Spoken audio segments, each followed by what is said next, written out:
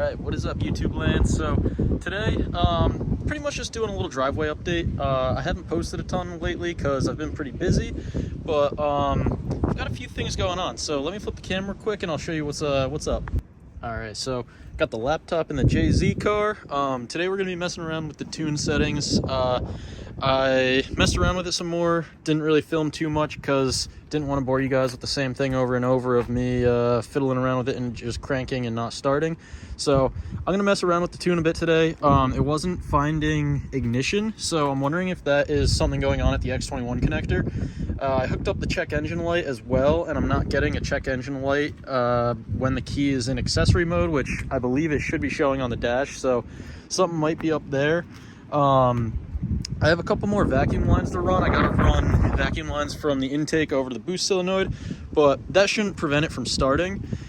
And then on this car, we have the subframe almost out, so it's pretty much just hanging there. But since I was taking everything apart and doing it up, I figured might as well do it once and do it right. So I picked up a 328 rear subframe, bigger brakes. I can now run a medium case 391 diff, which for this engine, I'm not sure if a 391 is going to be the ideal gearing, but it makes it so that we're going to be able to put some more power into it. So at some point, I do want to put an M60 in it, but probably going to be rocking the M42 for this season, unless, you know, things change.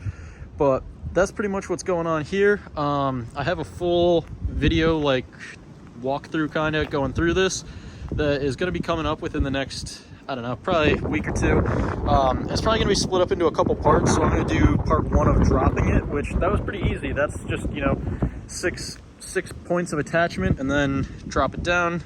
It's also connected to the brake lines, but I got these rear brakes, which are actually from a convertible, so they have the upgraded finned rotors. I guess that's like somewhat of a big deal. And I'm gonna get the one-piece brake lines, get a 391 diff welded up, and I also have, I believe when I do the 391 diff, I'm gonna have to change the rear drive shaft to a ZF shaft, which I actually conveniently have under all that crap. So we got a bit of work to do. Definitely gonna be grinding on it. The black car is pretty much good to go. You just saw the wheels, which I haven't officially shown on the channel yet, and they were also in the last video, but I'm waiting on my buddy to send me some roller footage and gonna make a nice little wheel reveal video. So that car's just chilling, gonna do the control arms on it in the next couple weeks, but I kind of wanted to get one of these on the road before I tackled that, so if I ran into any issues, then I have a backup car, but we'll see what happens. Those are pretty easy, so I would doubt that I have an issue. I changed the control arm on the E36 at the track and kept drifting the whole weekend. So yeah, I'm gonna get to work on these. I'll give you some updates throughout today, but today's probably not gonna be anything too crazy unless I end up getting this thing started.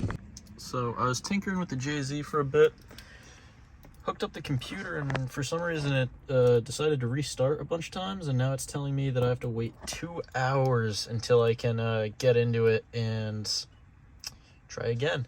So when I click sign-in options, it says that I can enter my passcode, but it literally just tells me the same message, or it says I can enter my Microsoft password, which when I do, I'm not going to type it with you on camera, obviously, but it tells me that that's not my password, but it is, because I just signed in on my phone.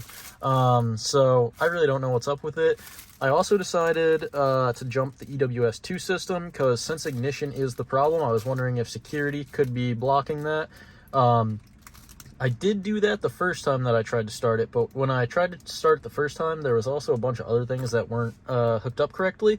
So now it should be all right, and hopefully it gets ignition once this stupid computer decides that it's gonna allow me to use it. So I'm gonna keep tinkering around, get everything like fully ready, and we'll take another whack at it in a couple hours, I guess. Alrighty. So this is actually going to be a conclusion for the video I started on Sunday. It ended up being a complete failure for car work, pretty much. The 1J car, I wasn't able to get the ECU to connect to the computer because my computer was locking me out.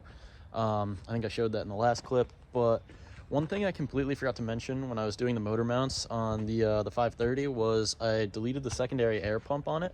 This car's catless, so it doesn't really need that because that's mainly for like a cold start cat preheating kind of thing. I've heard that it's a 530 specific secondary air pump, so 540s actually don't have it, or they have a different style one, but this one's right under the intake. Let me flip the camera. So it used to mount right down there. You can't really see where it was, but hung out all down in there. A lot of extra stuff going on, so I was able to delete that, and it's actually sitting right over here. This big old, yeah.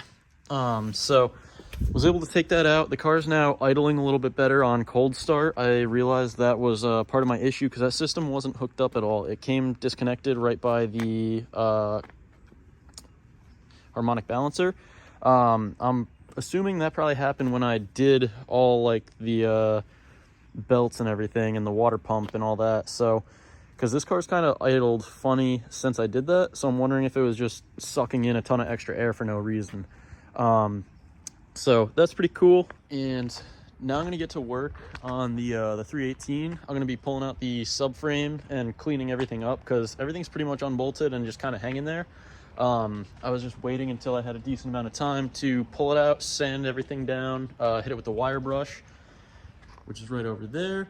And then, so this is a budget drift car, so I'm actually going to be doing the reinforcement plates a little bit budget style, using the 3M like paste stuff. A lot of track guys swear by it, so I'm going to see how it holds up to some drifting, and yeah, I guess be the test subject for others.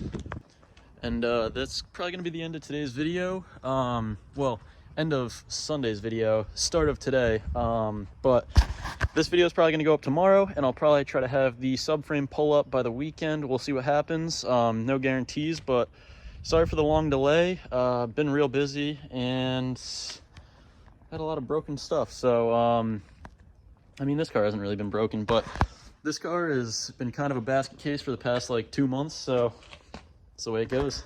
Good times with the bros and the shit, and we roll hit the cars and it goes like, I don't wanna be lonely tonight. Don't wanna be lonely tonight. Don't wanna be lonely, so I spend some time with my homies. I don't wanna be lonely tonight. Don't wanna be lonely tonight. Don't wanna be lonely, so I go and spend some time with my motherfucking homies.